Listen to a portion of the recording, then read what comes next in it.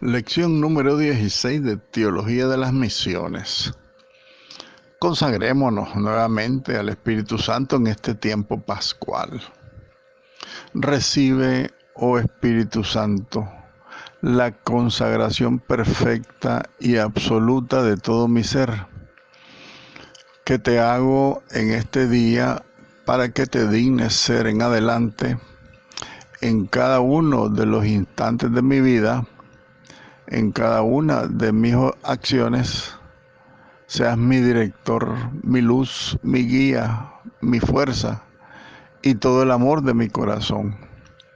Yo me abandono sin reserva a tus divinas operaciones y quiero ser siempre dócil a tus santas inspiraciones.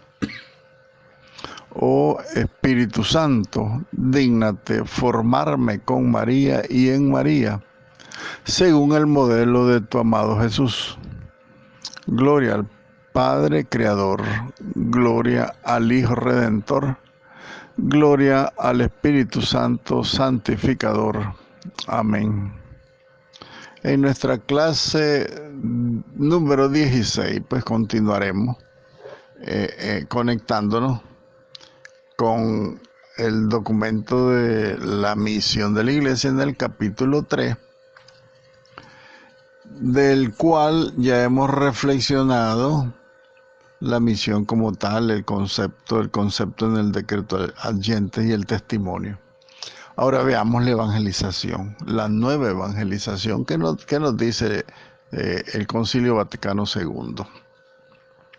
Bien, en nuestro ambiente católico, el concepto de evangelización encontró simpatía, por supuesto, un poco más tarde que las otras iglesias cristianas no católicas. Pero ya en el decreto adyente, más bien es otro decreto del Concilio Vaticano II. Sí menciona el número 6 del decreto adyente, pero se refiere al apostolado de los laicos. Este Concilio Vaticano II habla 2 veces de evangelización y de salvación. En primer lugar, en el decreto Apostólica Actuositatem, que es sobre el apostolado de los laicos, y el número 2 y el número 6, y el decreto adyente que les decía yo en el número 6. Y este Concilio Vaticano II en estos 2 documentos pone los conceptos de evangelización e implementación de las iglesias uno junto al otro, intentando pues con esto el concilio significar claramente que la misión en sentido propio es aquella, es decir, aquella actividad especial de la iglesia que consiste en predicar el evangelio e implantar la iglesia en los pueblos, en los nuevos grupos que aún no conocen a Cristo, en estas nuevas culturas, ¿verdad? Y el tercer sínodo romano de obispos del 1974, que puso la evangelización como su tema propio, el resultado teológico de este sínodo del 74 se encuentra pues en esa carta que surge del sínodo, esa carta apostólica titulada Evangelii Nuntiandi del Papa San Juan Pablo II en 1975, de Pablo VI. Vuelvo a confundirme con Juan Pablo II. Pablo VI, 1975. Recordemos que el Papa San Juan Pablo II inicia su ministerio petrino en 1978. Entonces, según Evangelii Nuntiandi, el Papa Pablo VI, la evangelización es, a diferencia de lo que dice el decreto adyente, dice él que la evangelización es una realidad rica, dinámica y plural, que incluye la predicación a los paganos con el querigma, el primer anuncio. Incluye también la predicación homilética, la homilía de la iglesia, y incluye también la catequesis, pero también la administración del bautismo y de los otros sacramentos. Entonces, Evangelii Nuntiandi dirá que evangelizar significa para la iglesia llevar la buena nueva a todos los ámbitos de la humanidad, transformarlos así desde dentro, el número 18 lo dice, y que en resumen también en el numeral 24 de la misma Evangelii Nuntiandi te hará pues este resumen. ¿Y cuál es este resumen? Es el siguiente.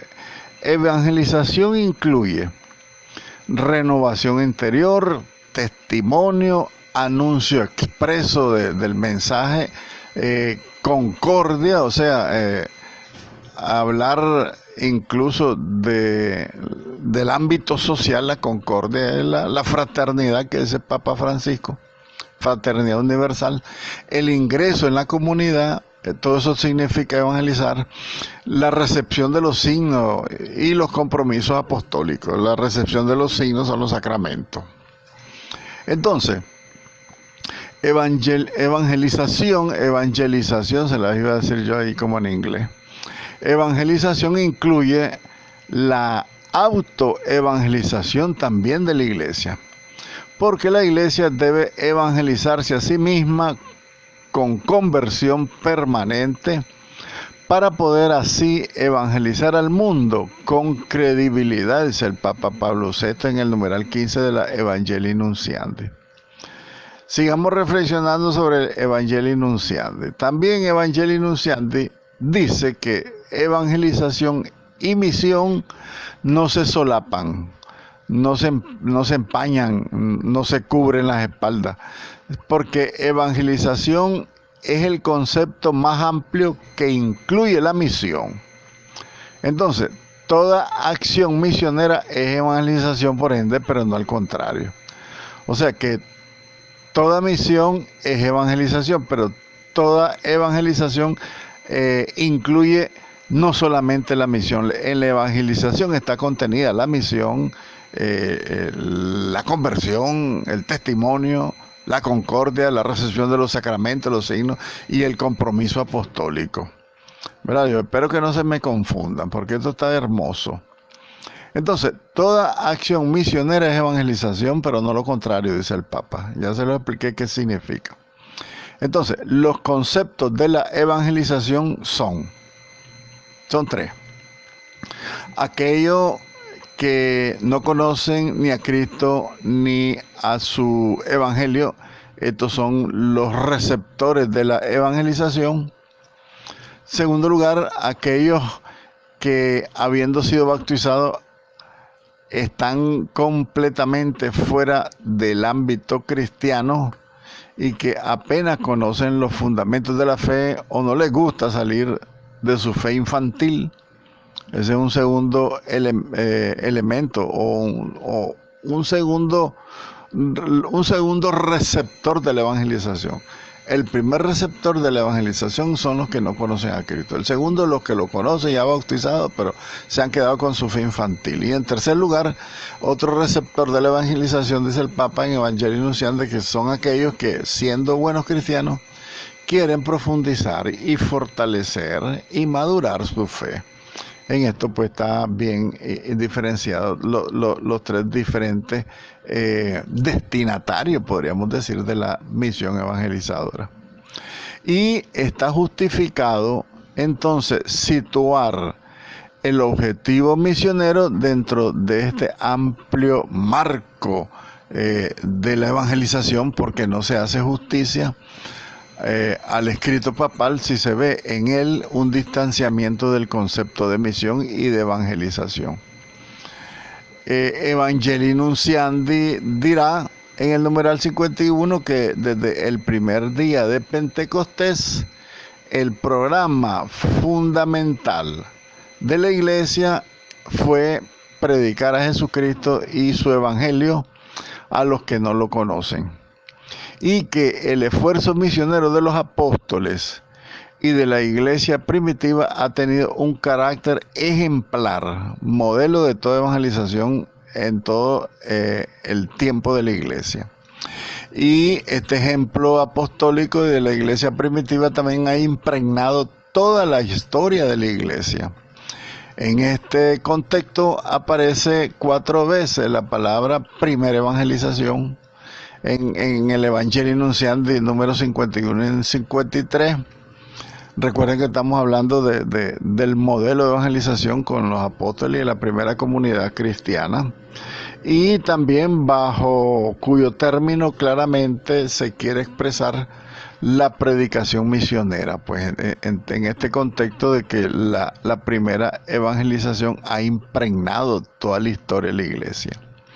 Y en la frase final sobre las religiones no cristianas también advierte el Papa.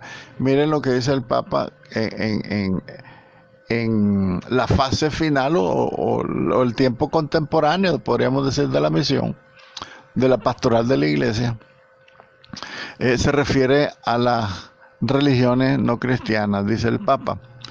Por esto la iglesia, dice el Papa, mantiene vivo su empuje misionero e incluso desea intensificarlo en un momento histórico como el nuestro. Sigue diciendo, la iglesia se siente responsable ante todos los pueblos de llevar el mensaje. Y la iglesia no descansará hasta que no haya puesto de su parte todo lo necesario para proclamar la buena nueva de Jesucristo, Salvador del mundo. Y esto, pues, por supuesto que prepara siempre en el devenir del tiempo y de la historia, la iglesia prepara siempre nuevas generaciones de apóstoles. Y eso lo constatamos con gozo, dice el Papa, en unos momentos en que no faltan quienes piensan o incluso dicen que el ardor y el empuje misionero es cosa del pasado, que es cosa retrógrada andar haciendo misión. Entonces el Papa en el sínodo acaba de responder que el anuncio misionero no se agota nunca y que la iglesia se esforzará siempre en conseguir su perfeccionamiento en cuanto a este tema de la misión. Misión, misioneros, evangelización, evangelizadores, siempre será un tema nuevo que será renovado y empujado con ese ardor que siempre ha tenido durante 20 siglos la pastoral misionera de la iglesia o la evangelización de la iglesia. Ahora, Evangelii Nunciandi y Decreto Agente dicen que la palabra misionero, en el sentido de actividad misionera, aparece 11 veces en el Decreto Agente y Evangelii Nunciandi, pero sin embargo, el Papa evita la expresión de país de misión. Porque recordemos que ya hemos dicho algo, ¿verdad? En el sentido geográfico de la palabra. La misión adyente no es a los países, a los grupos y a las comunidades. Entonces, con esto se muestra de acuerdo el Papa con los cambios del mapa religioso misión, ya que la misión no es más una calle de dirección única. Misión ya no se puede determinar más con claridad en el sentido geográfico. Las situaciones misioneras se encuentran también en Latinoamérica, incluso en América y en Europa septentrionales. La expresión, hablando de países de misión, que no es el tema, o sea que el Papa lo evita porque el sentido es más amplio, no es el país, sino la persona. Entonces, hablando de estos destinatarios que no conocen a Cristo en esta misión, esta frase, no conocen a Cristo, se ha convertido incluso en el así llamado occidente cristiano, en un terrible fenómeno, la secularización y el comunismo. Recuerden que la secularización y el comunismo que todavía se propaga en el mundo occidental y también en el oriental, porque la China está toda comunista.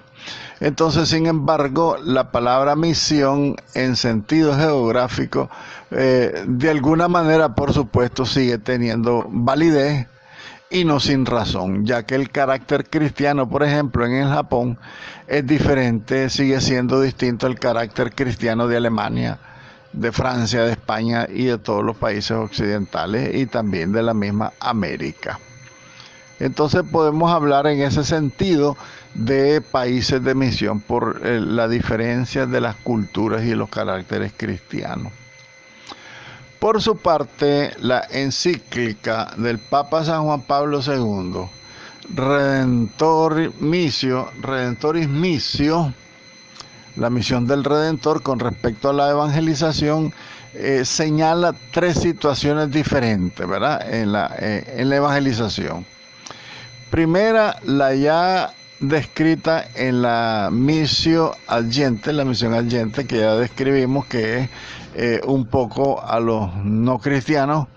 Una segunda es la pastoral propiamente dicha. Y una tercera, la nueva evangelización. Entonces, hay tres formas de identificar la evangelización. La misión adyente, que es a los que no conocen a Cristo. La misión pastoral de la iglesia, que ella se evangeliza permanentemente a sí misma, y ese es el trabajo pastoral intraeclesia. Y en tercer lugar, pues la nueva evangelización. Esta última, la nueva evangelización, también queda explicada como sigue. Se da por último, dice el Papa, una situación intermedia, especialmente en los países de antigua cristiandad. Estamos hablando de la nueva evangelización, pero que estos países de antigua cristiandad, a veces también en las iglesias también jóvenes, donde grupos enteros de bautizados han perdido el sentido vivo de la fe, o incluso ya no se reconocen como cristianos, como miembros de la iglesia, y que llevan una existencia alejada de Cristo y de su evangelio. En este caso, dice el Papa, en la Redentoris Missio número 33, es necesaria una nueva evangelización o una reevangelización. Y también hace una diferencia el Papa, que se las explicaré al final de este párrafo. Voy a terminar de leerlo. Por lo tanto, dice, es evidente que en la realidad concreta de la evangelización, estas tres situaciones no se pueden ser diferenciadas de una manera limpia. Hay transiciones. Hay que tener en cuenta lo que el Papa añade en este contexto, que ya lo decíamos anteriormente, Redentoris Missio número 34, dice: la misión ad intra es signo creíble y estímulo para la misión ad extra de la iglesia y viceversa. ¿Qué significa esto? Esto significa que la iglesia tiene que evangelizarse primero a sí misma para ser creíble, para que sea un signo y un estímulo para la misión ad extra, o sea, la misión que sale de los límites o de las fronteras de la iglesia, o sea, buscar las culturas y los grupos humanos que no conocen a Cristo.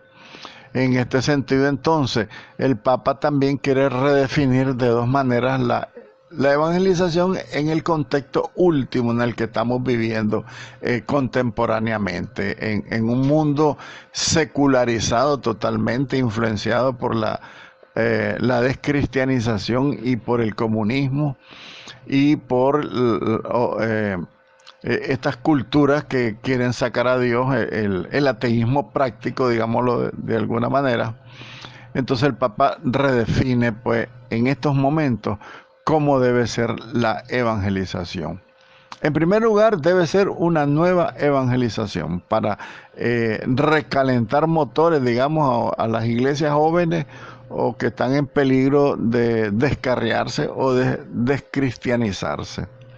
Y la reevangelización, o sea, hacer de nuevo todo el trabajo evangelizador en aquellos países donde verdaderamente han perdido totalmente la fe. Por ejemplo, los países occidentales de Europa. Un ejemplo clarísimo es España. España, que nos trajo la fe con la conquista, la colonización. España ha perdido totalmente la fe. están totalmente secularizados. Si ustedes van y hablan con cualquier joven español, incluso ignoran qué es lo que hace la iglesia en el mundo, ignoran todo lo que es la iglesia, desconocen totalmente a Jesucristo, viven un sincretismo espiritualista, diría yo, porque la espiritualidad es una connotación innata del ser humano, que todo ser humano siempre anda buscando la trascendencia, pero como no conocen a Dios ni a Cristo, no lo buscan por ahí. Entonces toda esta gente prácticamente sincretistamente, porque andan revolviendo todas las culturas, incluso orientales raras, que nada tienen que ver con nuestra cultura cristiana, se meten a todos esos mundos, a todos esos ámbitos que siguen totalmente perdidos en la fe. Y se trata, dice el Papa, entonces, de dos formas de llevar el Evangelio. En una nueva evangelización, que lo dice el documento de Aparecida, para que Latinoamérica no pierda por la influencia de culturas extrañas e ideologías extrañas a su cultura religiosa, no pierda la fe, porque Latinoamérica va rumbo a perder la fe definitivamente, pero que con una nueva evangelización se puede restituir, recalentar motores, como le digo, para atraer con el testimonio pues a toda la sociedad latinoamericana. Y que la reevangelización es volver desde cero a evangelizar a aquellos países que por muchos siglos tuvieron una cultura netamente cristiana, religiosa, que la han perdido. Entonces, de alguna manera, comenzar de nuevo desde cero para ver si se logra rescatar.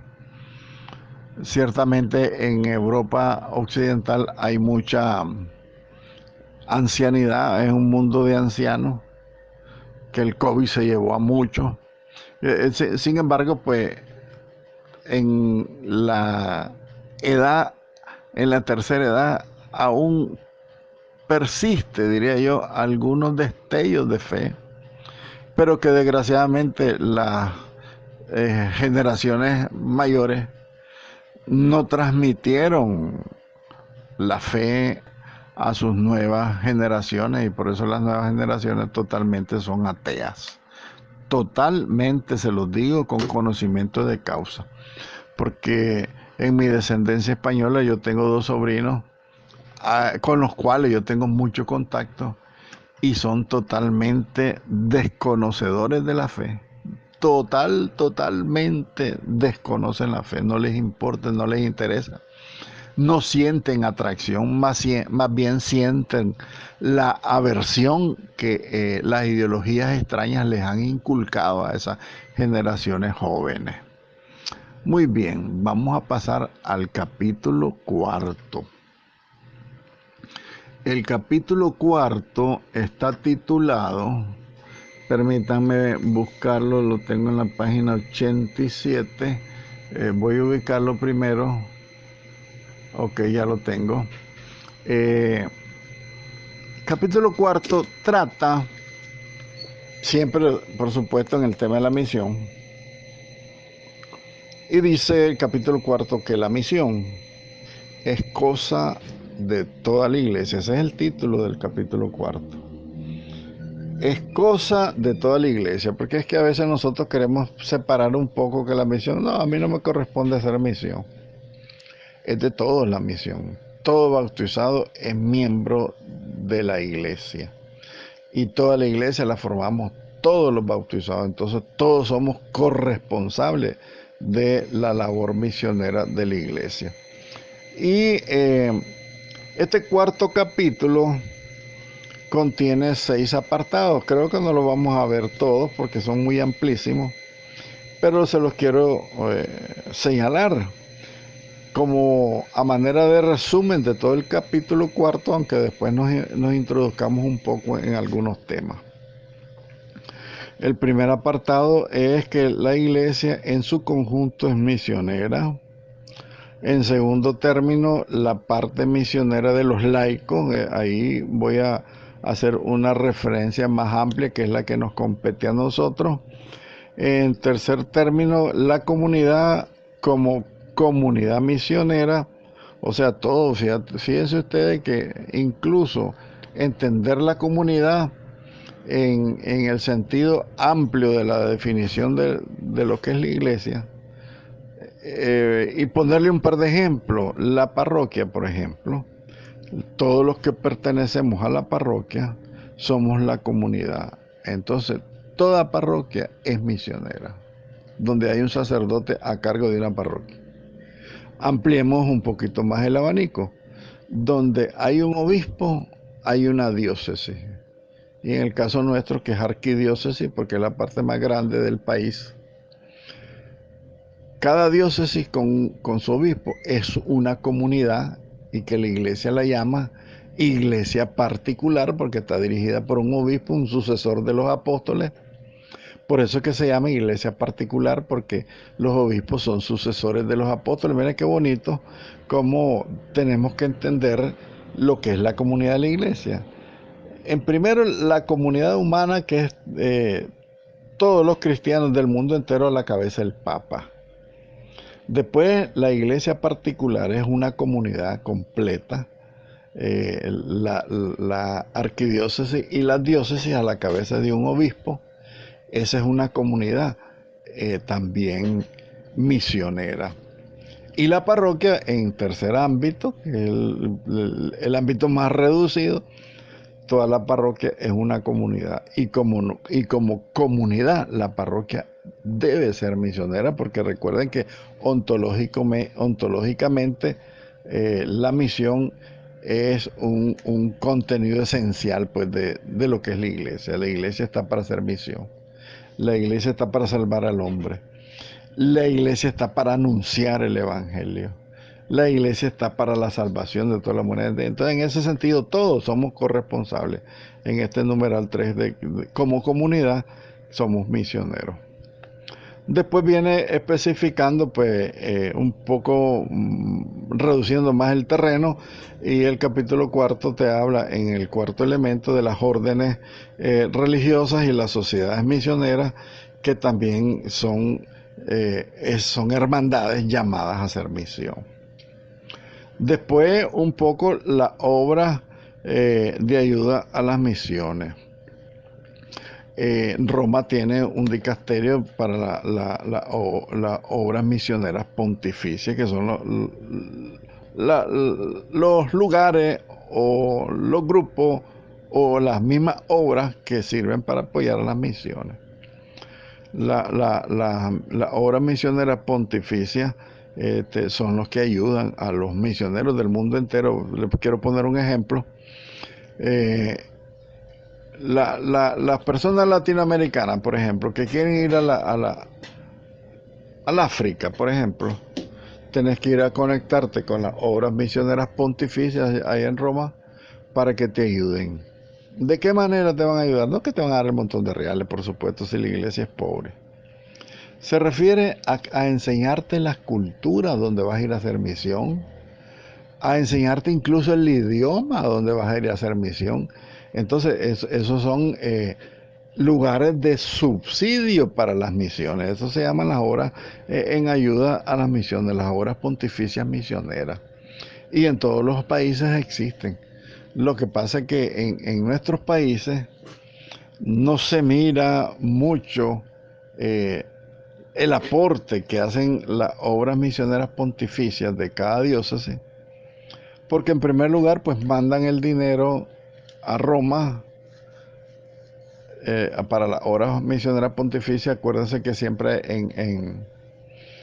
en octubre hay una semana de las misiones donde se hacen colecta, y todo ese dinero pasa para las obras misioneras pontificias, que son los lugares que ayudan a las misiones allentes, por supuesto, ¿verdad? Y también, pues, de alguna manera ayudan a las diócesis o los lugares de misión que son muy pobres. Entonces ahí es donde llegan esas ayudas y esos apoyos. Pero en primer lugar, a las misiones de estas sociedades, las órdenes religiosas, sociedades misioneras, las hermandades misioneras, toda esa gente debe estar conectada pues con las obras misioneras pontificias para que ellos puedan recibir todo el apoyo que necesitan en conocimiento, en instrucciones, en idioma, etcétera, etcétera, ¿verdad? Y un último elemento de este cuarto capítulo de la misión, que es cosa de toda la iglesia, dice que ¿qué nos dice? Este va a ser un tema también básico que vamos a estudiarlo, así como la parte misionera de los laicos es el número 2, el número 6 también vamos a ampliarlo de una manera más concreta porque se refiere a lo que dice la Redentoris Missio a nuestro tema de las misiones, ¿verdad? Entonces vamos a profundizar principalmente en dos temas. Yo quiero marcarlos ahorita porque vamos a marcar el número 2, el segundo apartado y el sexto apartado de este capítulo cuarto. Se lo repito, trata de la parte misionera de los laicos que nos compete a nosotros y qué es lo que dice la Redentoris Missio. Ciertamente que ya hemos señalado bastantes elementos que nos ha aportado la Redentoris Missio, Angeli Nunciandi, el decreto Agente, el decreto Apostólica Actuositatem del Vaticano II, todo eso que lo hemos visto, pues, pero vamos a hacer referencia concreta pues a estos dos elementos. Muy bien, comencemos entonces el capítulo cuarto, unas reseñas así salteadas como en el capítulo 3, porque como les repito, este documento es muy grande, este libro es hermosísimo, pero pues de alguna manera pues vamos a tener una idea general de todo el libro para que después ustedes lo lean cuando tengan tiempo, pues, o que les pueda servir también a ustedes de referencia en algún momento que quieran profundizar en la misión evangelizadora de la iglesia. Muy bien. El Papa San Juan Pablo II dice en la Redentoris Missio que la iglesia ofrece a los hombres el evangelio, que es un documento profético que responde a las exigencias y a las aspiraciones del corazón humano y que es siempre buena noticia, ¿verdad? Entonces la iglesia siempre ofrecerá a todos los hombres de la humanidad en todos los tiempos y en todos los lugares el evangelio de Jesucristo como buena nueva, porque la iglesia quiere responder a todas las exigencias y a todas las aspiraciones del corazón humano. También dice el Papa que la iglesia no puede dejar de proclamar que Jesucristo vino a revelar el rostro de Dios Padre y también vino a alcanzar mediante la cruz y la resurrección la salvación para todos los hombres, dice el Papa en el numeral 11 de la Redentoris Missio, entonces, ¿verdad? También es un hermoso texto esta Redentoris Missio y nada hay en este texto en el de insistente y menos aún de presión. Este documento es como lo que dice la profecía de Isaías. Vendrá, dice, el ungido, que no vacilará, no hará bulla en los parques, dice, no apagará la llamita, el pabilo vacilante, dice el texto de Isaías, pero eso quiere decir la llamita, el pabilo es la llamita de la candela, ¿verdad? Entonces dice el texto de Isaías, no apagará el pabilo vacilante, o sea, la llamita que está por apagarse, a eso no vino Jesucristo. Entonces ese es el contexto en el que el Papa San Juan Pablo II quiere que nosotros entendamos la Redentoris Missio. En este texto no insiste en nada y mucho menos presiona a nadie. Eso quiere decir el texto de Isaías, que el ungido, el enviado, el Mesías, así va a ser, que iba a venir con trayéndolo pues toda la paz que hay en su corazón, la paz de Dios, la paz de la Santísima Trinidad quiere transmitirla. Eso es lo que quiere transmitir el Papa. Ni siquiera dice esta reflexión, ni siquiera el Papa pretende tener una conciencia segura de la victoria de lo que quiere transmitir. O sea, eso se lo deja a Dios.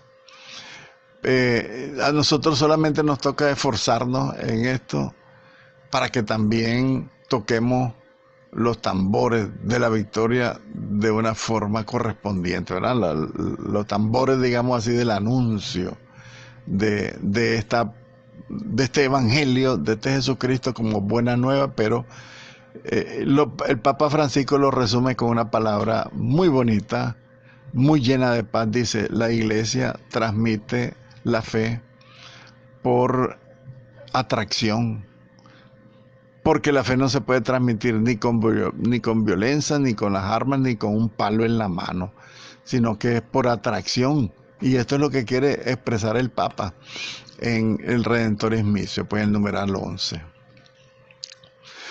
Pero sí, también esta encíclica del Papa Redemptoris Missio, hay una firme convicción, a pesar de la suavidad, pues tal vez del lenguaje, hay una firme convicción del Papa de que el mensaje de Jesucristo vale para todos los hombres, y de que este mensaje que la iglesia transmite es la respuesta a la nunca acabada pregunta sobre Dios, sobre el hombre, sobre nuestro origen, sobre nuestro fin.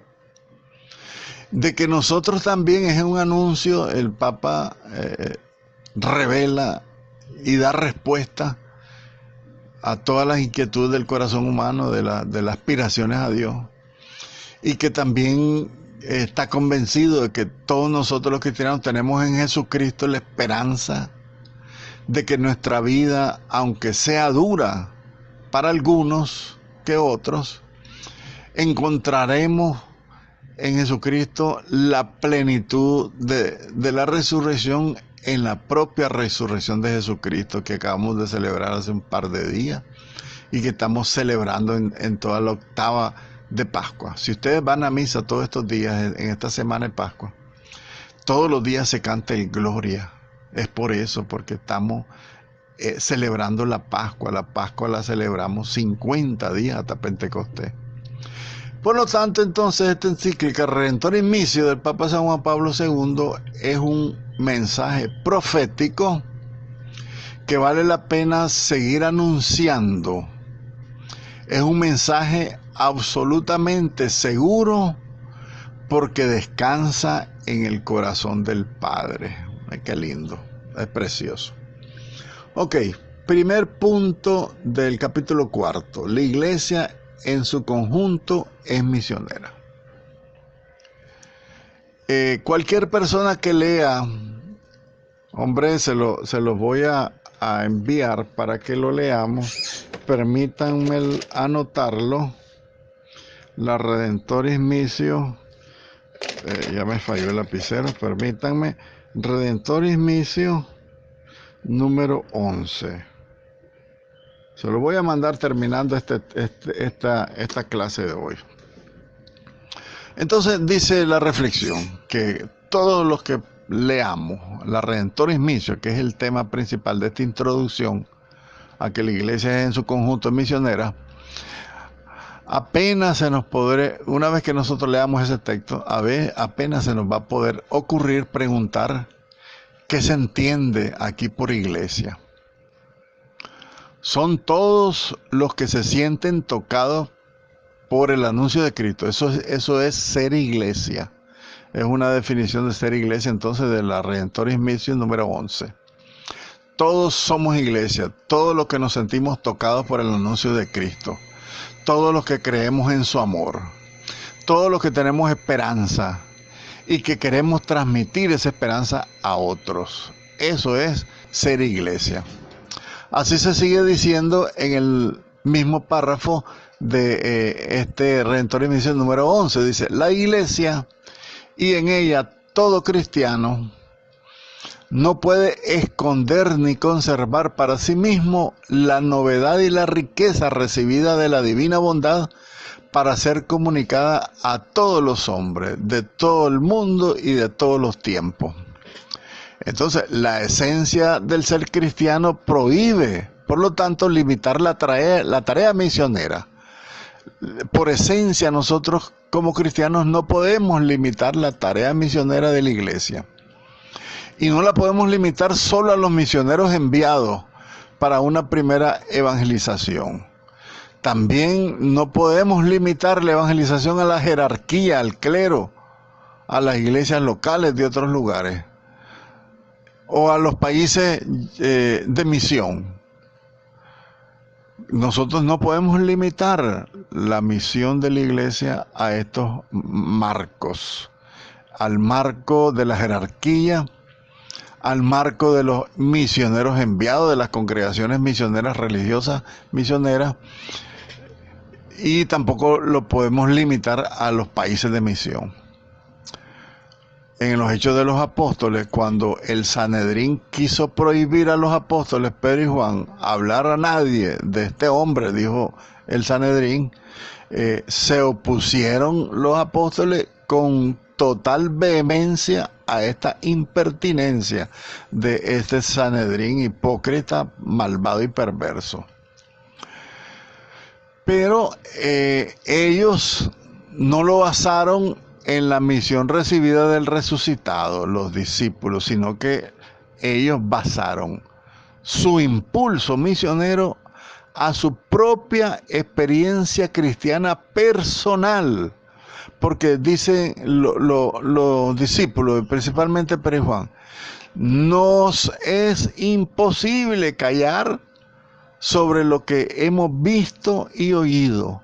Nosotros no te podemos hacer caso, le dice al Sanedrín, porque vamos a hacer primero obedecer a Dios y después a los hombres.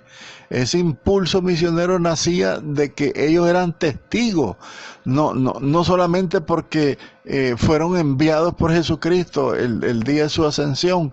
Recuerden el Mateo 28:19, vayan por todo el mundo, ese es el mandato, pero ellos más que el mandato tenían la convicción por una experiencia personal propia de cada uno de los discípulos y de la misma iglesia, totalmente, de toda la iglesia naciente. Entonces, la última razón para el carácter misionero de la iglesia en su conjunto es su origen, en primer lugar, trinitario, que viene de Dios, porque en aquel amor fontal, o sea, en aquel amor fuente que nace de Dios Padre, dice el decreto adyente número 2, también en su Hijo unigénito, que por nosotros los hombres y por nuestra salvación bajó del cielo, como dice el credo, y también en el Espíritu Santo, que está presente en el misterio pascual como persona divina. Entonces, como el que debe continuar la obra salvífica basada en el sacrificio de la cruz, dice el Papa Redemptoris Missio número 21. Entonces, por lo tanto, ahí nos damos cuenta de varios elementos. En primer lugar, que la misión no tanto es por el mandato, sino por la misma convicción de ser testigos los mismos apóstoles. Y la última razón es que el carácter misionero le nace de su origen trinitario. Dios, que viene, piensa con su amor fontal, dice aquí, su amor fuente, la fuente de toda la salvación es el amor de Dios. De su Hijo Jesucristo, el Espíritu Santo, que su Hijo Jesucristo que fue capaz de anonadarse a sí mismo, bajó del cielo, vino a nosotros, vino a morir por nosotros, pero también a resucitar, y que también el Espíritu Santo nos induce hacia la verdad plena y nos lleva hacia la santificación plena. Entonces, los textos más hermosos de las nuevas encíclicas sobre las misiones son los referentes a Cristo y al mismo Espíritu Santo. Es Jesucristo el que por medio de su encarnación y como el Señor glorificado ha puesto los fundamentos de la misión. Entonces, la pregunta, ¿qué es misión? El único que la puede contestar es Jesucristo, dice el Papa en la Redemptoris Missio número 11. Yo les voy a mandar este numeral 11 de la Redemptoris Missio para que lo meditemos en este día. También es el Espíritu Santo el que sigue siendo el protagonista trascendente de la realización de esta obra misionera en el espíritu del hombre, de la iglesia y en la historia de todo el mundo. Redemptoris Missio 21. Por su parte, los Hechos de los Apóstoles son un testimonio grandioso de la manera como actúa el Espíritu Santo en la misión. Por ejemplo, en la conversión de Cornelio, en el primer concilio apostólico, el concilio de Jerusalén, recuerdan, en la elección de los países y de los pueblos del Espíritu que va guiando a la iglesia. También por su parte, la presencia del Señor asegurada a los apóstoles: yo voy a estar con ustedes todos los días hasta el fin del mundo, recuerden, es su presencia en espíritu. Entonces, en conclusión, el acontecimiento de Pentecostés transformó a los apóstoles en testigos y en profetas, infundiéndoles una serena audacia que les impulsa a transmitir a los demás su experiencia de Jesucristo y también transmitirles esa esperanza que a ellos mismos los anima. El Espíritu les da la capacidad de dar testimonio, de testimoniar a Jesús con toda libertad, dice Redentor y Misión número 24. Y también se razona bien cuando en la edición alemana de la encíclica, de esta encíclica Redentor y Misión, se añade el siguiente párrafo interlineal. Dice, la versión alemana de la Redentor y Misión, dice: el Espíritu hace de toda la iglesia una iglesia misionera. Y esto aparece antes del numeral 26 y siguiente.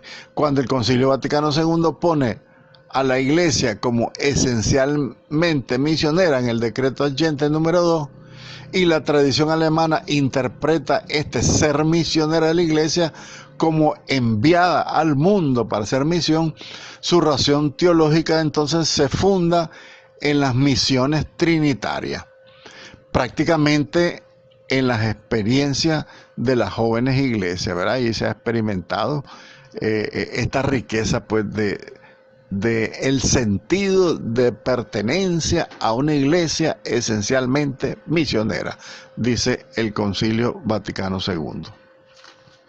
Muy bien, pasemos al segundo capítulo, no es segundo capítulo, el segundo apartado del capítulo 4, que es importante, que esto lo vamos a meditar todo el apartado, pero lo vamos a dejar para la siguiente clase. Ahí les mando al ratito la Redentoris Mission número 11, porque esa nos va a conectar con el numeral 2 entonces del cuarto capítulo, que se trata de la parte misionera de los laicos. Ave María, gracia plena, Dominus tecum, benedicta tui mulieribus, benedictus fructus ventris tui, Jesús. Santa María, Mater Dei, ora pro nobis peccatoribus, nunc et in hora mortis nostre. Amén.